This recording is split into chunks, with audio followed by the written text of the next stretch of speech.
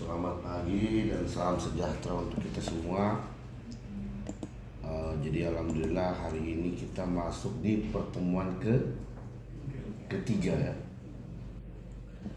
Jadi kita sudah cukup banyak membahas beberapa hal yang terkait dengan cyber security.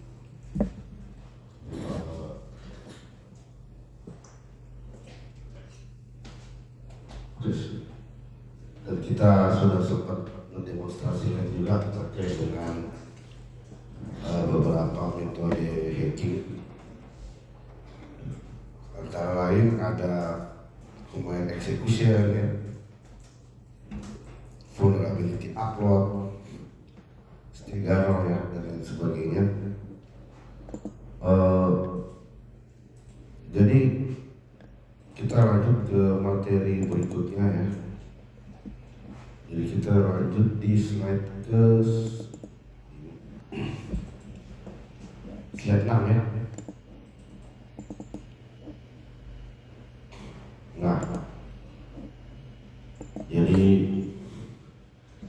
di slide 6 ini kita akan membahas terkait dengan secure cloud network architecture ya.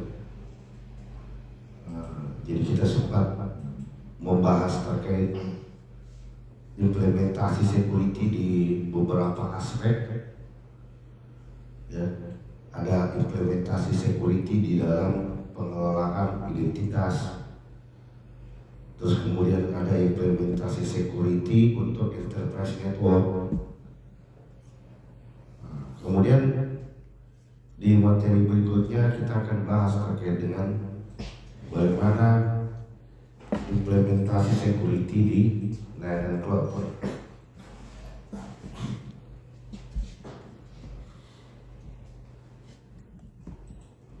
Nah, jadi seperti yang kita ketahui bersama bahwa layanan cloud itu bisa kita bagi jadi 4. Jadi yang pertama itu adalah public cloud, private cloud, community cloud, dan hybrid cloud.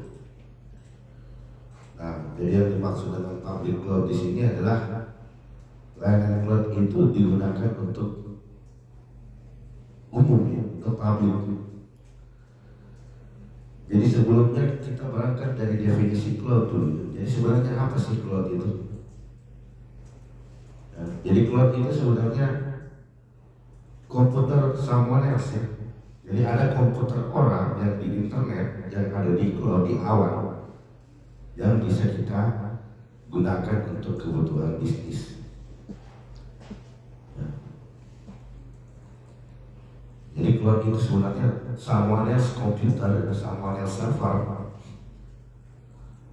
Ada server atau perangkat-perangkat yang tersedia di internet ya. Jadi cloud ini tuh sama dengan internet sebenarnya ya. Jadi resource itu selanjutnya bisa kita gunakan secara online ya. Resource itu bisa kita akses melalui jaringan internet, sehingga dengan begitu kita bisa memanfaatkan resource tersebut sesuai dengan kebutuhan.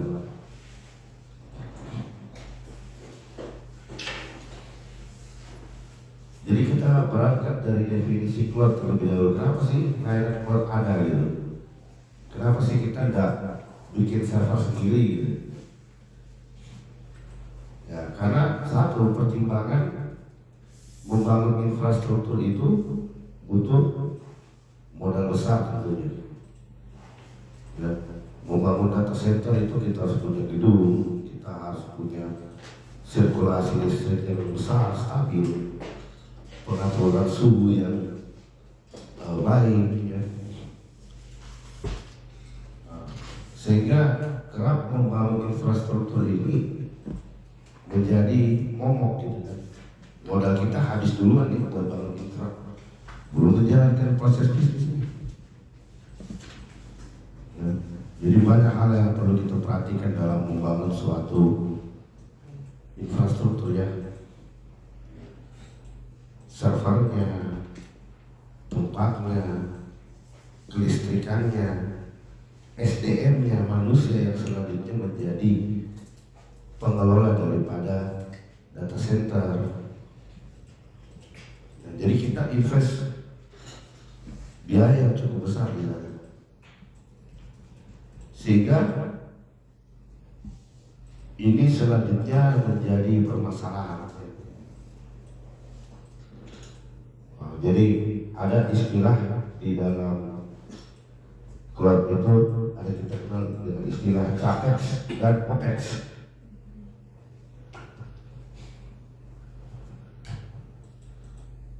CAPEX dan OPEX. Jadi CAPEX itu adalah capital expenditure,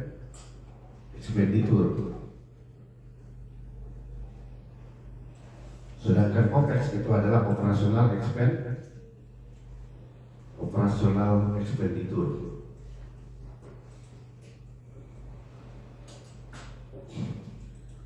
Jadi mudahnya capital expenditure itu beli alat produksi, beli server, beli network. Kalau OPEX itu operational expenditure, artinya biaya kita keluarkan untuk proses jalannya bisnis, bayar tim, bayar kemudian untuk pengembangan aplikasi. Nah, jadi di dalam proses bisnis itu ada dua, CAPEX dan OPEX. Nah, sedangkan kita ketahui bersama bahwa CAPEX ini tadi membutuhkan biaya yang cukup besar di dalam pelaksanaannya.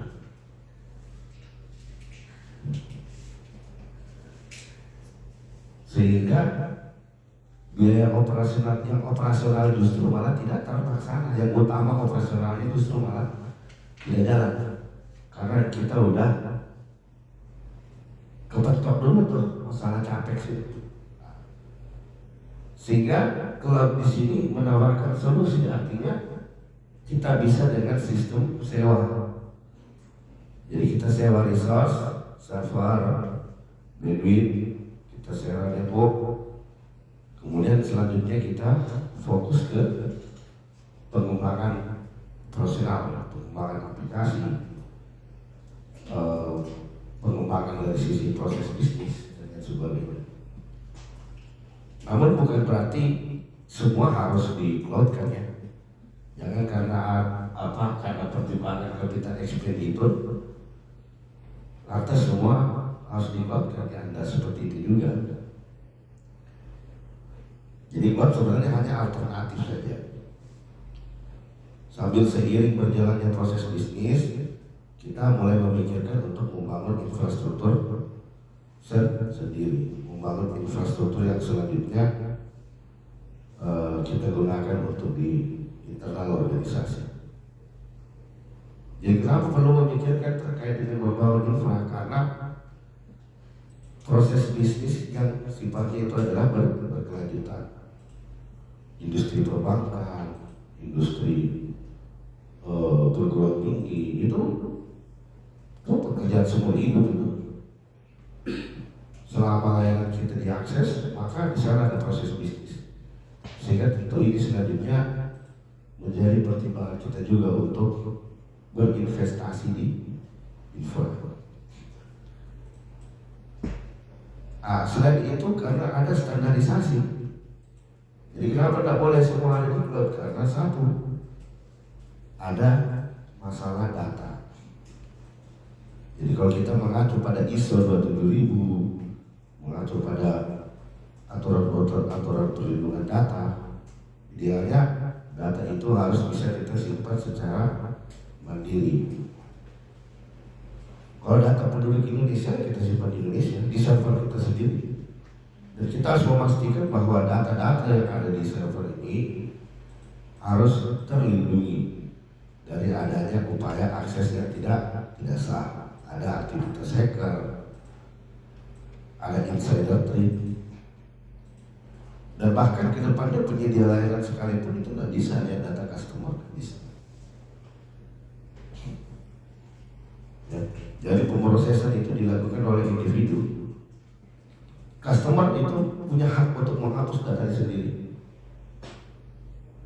dan penyedia layanan hanya boleh menyimpan data maksimal itu 1 tahun. Dan setelah 1 tahun data itu harus dihapus dengan menggunakan low level format, jadi tidak akan bisa direcovery. Kita mengacu pada perlindungan data. Jadi kalau sudah dihapus seperti itu gimana ya, kumpul lagi dari awal. Data itu harus dikumpulkan lagi dari awal. Nah, jadi seperti yang kita ketahui bersama tadi bahwa cloud ini ada public, ada private, ada community, dan ada hybrid. Jadi kapan kita menggunakan public cloud? Kalau layanan yang kita gunakan ini, layanan yang kita kembangkan ini digunakan untuk umum. Jadi usernya, customernya adalah open ya, customernya ya siapa saja, memang diakses untuk siapapun yang punya kepentingan di sana. Nah, contohnya misalkan kita buat sebuah aplikasi yang memudahkan customer untuk bertransaksi misalkan, atau kita buat suatu layanan yang memudahkan customer dalam proses investasi jangka panjang, jangka pendek, jangka menengah. Nah, kemudian ada yang kita sebut dengan private cloud. Jadi yang dimaksud dengan private cloud di sini bahwa penggunaan cloud itu digunakan untuk kebutuhan private, internal. Jadi tidak digunakan untuk umum. Misalkan untuk internal organisasi, internal perusahaan, pemerintah. Misalkan kalau di perusahaan kita ada aplikasi untuk mengelola keuangan, ada layanan untuk mengelola staf kepegawaian. Ya, jadi karena itu digunakan secara internal, maka kita sebut sebagai private cloud. Nah, kemudian layanan cloud itu juga bisa bersifat community. Jadi yang dimaksud community di sini adalah kelompok atau bagian-bagian di dalam suatu organisasi yang menggunakan suatu layanan cloud secara bersama.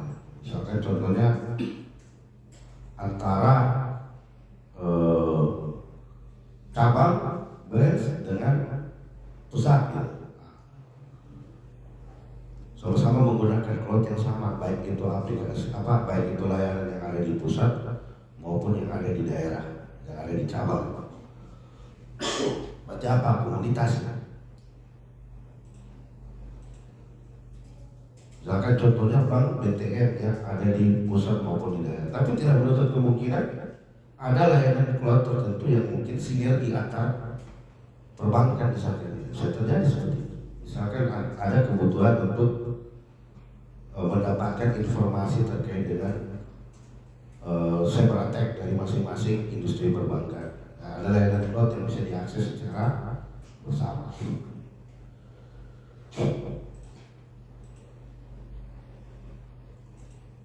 Nah, kemudian yang berikutnya itu ada yang kita sebut dengan hybrid. Nah, jadi hybrid di sini adalah kombinasi antara apa? Antara cloud dengan on-premise. Nah, jadi ada istilah on-premise ya.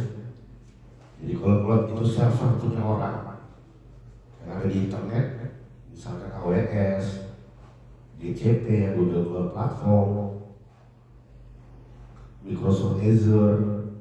Sedangkan yang on-premise ini adalah server atau data center yang kita miliki, yang kita kelola sendiri. Jadi yang dimaksud dengan hybrid di sini adalah kombinasi daripada on-premise dan cloud. Nah, seperti yang saya jelaskan kemarin, contohnya misalkan kita punya big data ya. Datanya ada di server. Karena pertimbangan resource kita menggunakan cloud untuk melakukan pemrosesan. Untuk selanjutnya nanti dikembalikan lagi di server on-premise untuk disimpan. Jadi pertimbangan terkait menyimpan data di on-premise ataupun di cloud, kita bisa lihat dari seberapa sensitif data itu. Kalau data-data itu tidak memuat data-data penduduk, ya nggak masalah, pakai cloud pun boleh gitu ya. Tapi kalau data itu sampai memuat informasi kependudukan, memuat informasi personal individu, Pak, nanti kita tentu harus mempertimbangkan terkait dengan on-premise. Jadi nggak selamanya data itu di on-premise, nggak selamanya. Kita lihat juga ya, seberapa urgent data itu ya. Kalau memang datanya itu data publik, umum, nggak ada menyebutkan nama individu di sana, data-data personal ya nggak apa-apa, di cloud aja. Misalkan kita buat web untuk informasi begitu, aktivitas yang dilakukan oleh kegiatan sosial ya, berita misalnya, itu kan apa di cloud, kan nggak ada data orang di situ. Nah, jadi ini yang perlu kita consider ya, terkait dengan beberapa hal di dalam proses cloud deployment. Jadi yang pertama itu adalah terkait dengan security. Nah ini saya pernah dapat statement seperti ini. Pakai cloud saja, aman itu, aplikasi kita tidak akan dihack. Jadi aplikasi yang tidak aman diupload ke servernya Google, ke servernya AWS, ke servernya Azure, jadi aman. Jadi tidak ada itu. Jadi kalau pada dasarnya aplikasi kita tidak aman, mau di cloud sekalipun atau mau di on-premise, tetap ada potensi bisa diretas. Jadi tidak ada urusan. Cloud itu hanya masalah storage, cloud itu hanya masalah layanan. Terkait masalah security itu menjadi tanggung jawab masing-masing. Makanya ada kita kenal dengan istilah shared responsibility.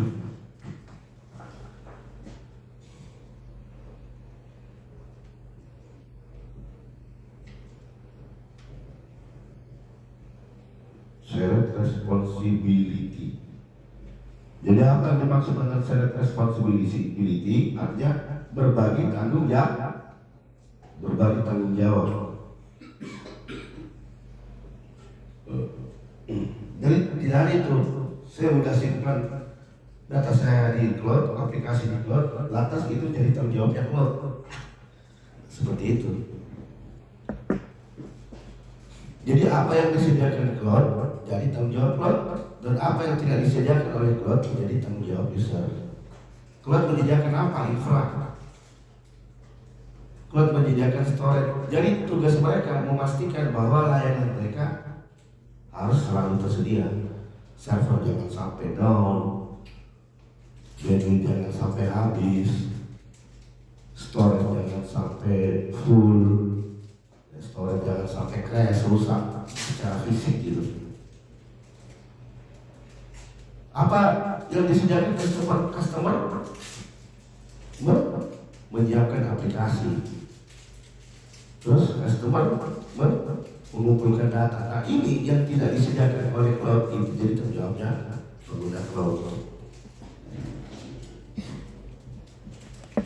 Jadi kita bisa lihat gambarnya. Cloud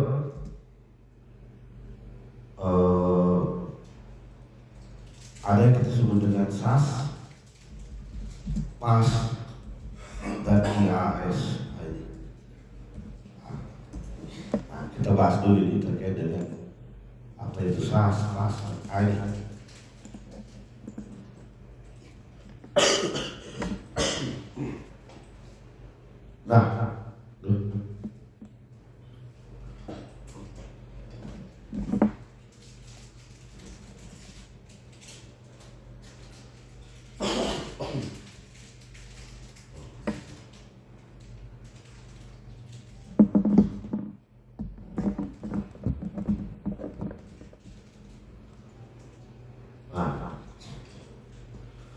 Nah, jadi bisa kita lihat di gambar bahwa, tapi gambarnya kurang ya. Saya coba cari yang high resolution.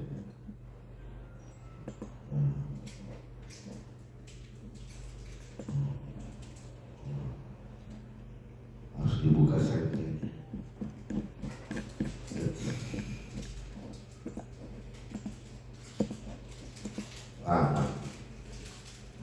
Nah, bisa kita lihat di sebelah kiri ini yang on premise. Jadi on premise bisa kita sebut juga sebagai on site. Jadi kalau dia warnanya biru, berarti dia adalah bagian yang kita manage, kita kelola. Kalau dia warnanya merah, berarti bagian yang dikelola oleh provider. Nah, jadi kalau kita bangun on-premise, kita bangun data center sendiri kan semua kita kelola dulu. Dari aplikasinya, datanya, rantainya, middleware-nya, operating system-nya, virtualisasi, server, storage, dan semua dikelola.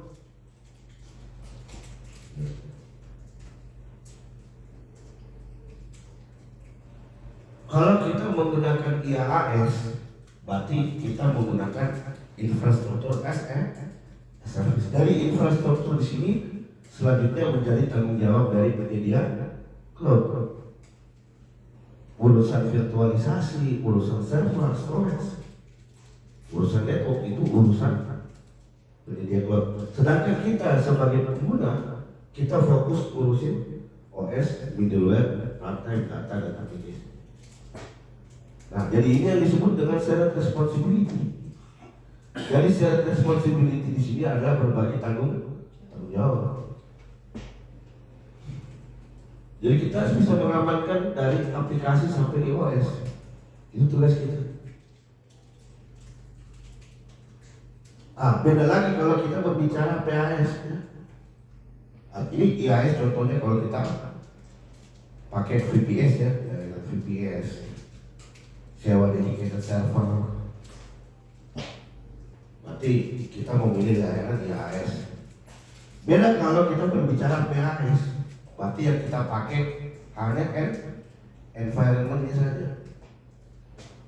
Untuk aplikasi dan data, kita jadi tanggung jawab sendiri. Jadi yang saya katakan tadi. Jadi kalau ternyata aplikasi atau data kita yang rentan, itu jadi tanggung jawab kita sendiri. Karena yang ditangani oleh cloud di sini adalah bagian dari runtime hingga networking.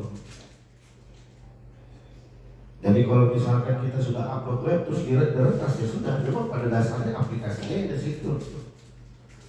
Apalagi kalau aplikasi itu ternyata nyimpan data juga. Makanya saya katakan tadi, apa yang menjadi tanggung jawab cloud itu adalah apa yang mereka sediakan. Jadi yang tidak mereka sediakan bukan jadi tanggung jawab mereka. Kecuali kita pakai SaaS, software as a service. Contohnya apa? Google Drive. Aplikasi dari mereka, penyimpanan dari mereka, data disimpan di sistem mereka. Tapi ya tetap saja ada kerentanan kalau manusianya yang lalai. Misalkan kita pakai Google Drive gitu, tapi data sensitif kita share secara publik. Ya. Makanya kadang kalau kita share data di Google Drive itu saya lebih senang kalau data sensitif ya, saya lebih senang didaftarkan emailnya, bukan sharing secara publik. Karena kita nggak tahu linknya nanti tershare kemana.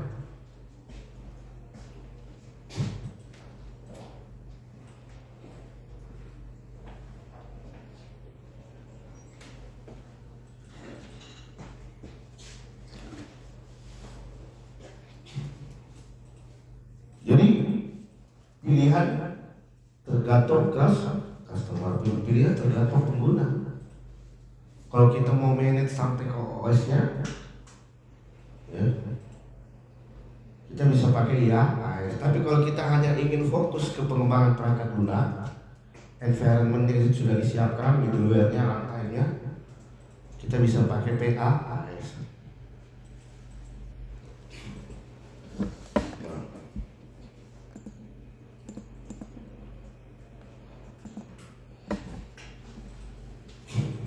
Itu tadi. Jadi kita menggunakan cloud, kita harus consider terkait dengan security-nya. Jadi dulu sampai sempat POC Pak, sampai sempat POC. Tapi ada di internal aja. Pak, ini ada vulnerability ya di aplikasi. Kita tes hosting di GCP, Google Cloud Platform. Kira-kira ini masih bisa diretas apa enggak? Masih bisa ternyata. Jadi tidak ada urusan mau cloud, mau on-premise. Kalau pada dasarnya aplikasinya tidak secure, ya tidak secure. Kemudian kita perlu mempertimbangkan juga terkait dengan single tenant dan multi. Nah, jadi kalau single tenant itu ya artinya pakai satu VPS, satu resource. Kalau kita menggunakan multi tenant ya kita menggunakan banyak resource. Ya. Cuman bagusnya cloud ini dia udah kayak, menurut saya apa? Udah kayak prasmanan gitu. Jadi prasmanan kan kalau kita mau makan gitu ambil sendiri ya. Jadi udah disediakan di atas meja. Jadi kita ambil sendiri nih mau makan apa, mau makan ambil sayur, ambil nasi, ambil tempe, ambil telur. Begitupun cloud. Jadi cloud itu ada kita kenal dengan istilah resource pooling.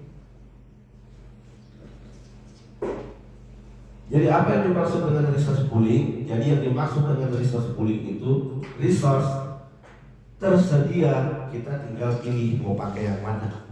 Jadi udah tersedia semua di atas di dalam layanan cloud. Oh saya butuh pakai RAM 8 GB, tinggal coba-coba aja. Oh saya butuh pakai RAM 8 GB, Intel Core i7, storage 250, SSD 128. Yang disebut dengan resource pooling.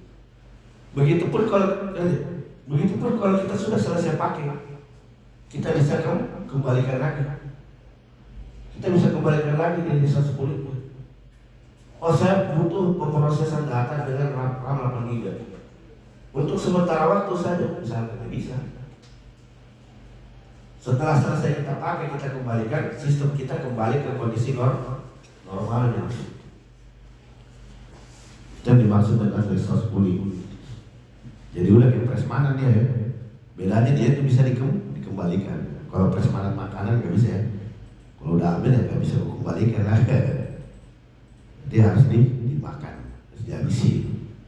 Tapi kalau resource-nya keluar itu udah habis dia. Kalau sudah pakai bisa dikembalikan lagi. Jadi misalkan sebelumnya RAM saya 2 GB gitu, mau tambahin ya udah tinggal ambil dari di resource. Misalkan aja untuk pemrosesan sementara saja, jadi kembalikan lagi. Kenapa harus dikembalikan? Karena kalau dibiarkan tagihannya naik. Karena kan sistemnya cloud itu adalah PSU.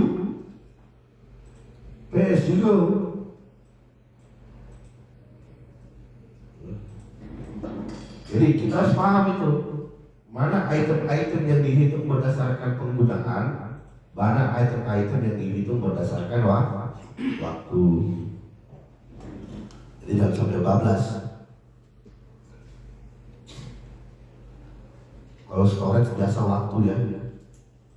Tapi kalau prosesor itu memori ada ya resource-nya, misalkan prosesor itu atau GPU itu bisa PSU itu ya.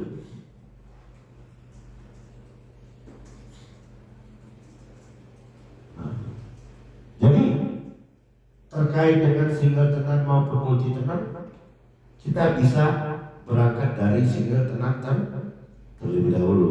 Misalkan kalau pengguna aplikasi kita masih belum banyak nih, ya udah single tenant aja dulu. Anggaplah resource server kita bisa menghandle 1000 traffic, oke. Ketika terjadi lonjakan traffic, kita bisa menambah, atau kita sebut dengan multi. Nah, itu pun cara penambahannya bisa dilakukan dengan dua cara. Bisa dengan cara vertikal scaling, atau kita bisa dengan cara horizontal scaling.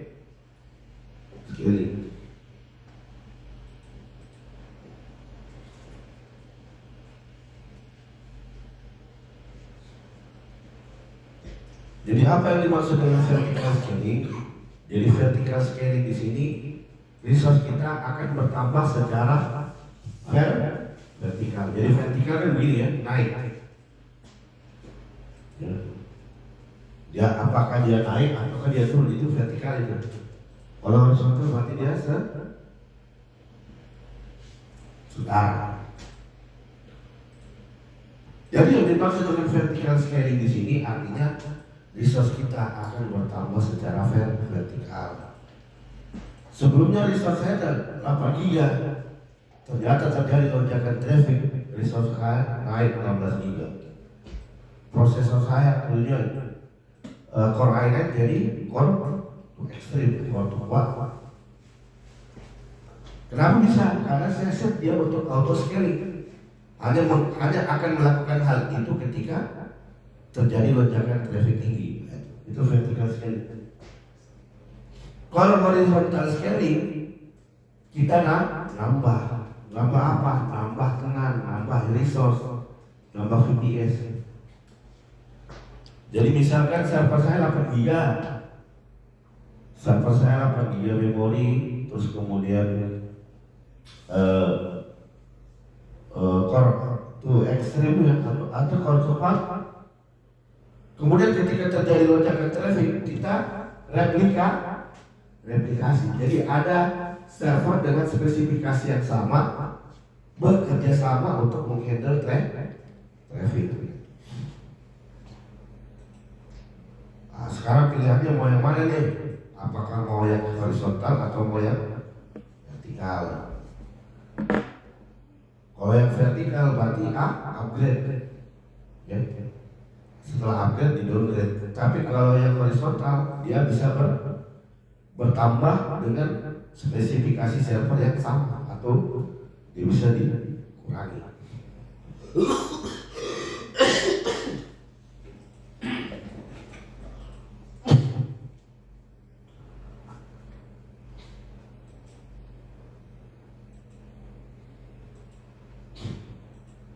Jadi kalau yang fleksibel itu yang horizontal ya, karena dia tinggal nambah-nambah aja.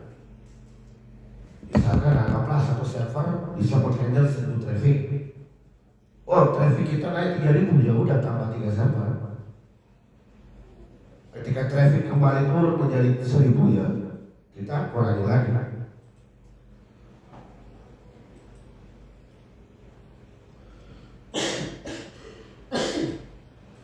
Jadi yang paling penting kita pertimbangkan masalah apa?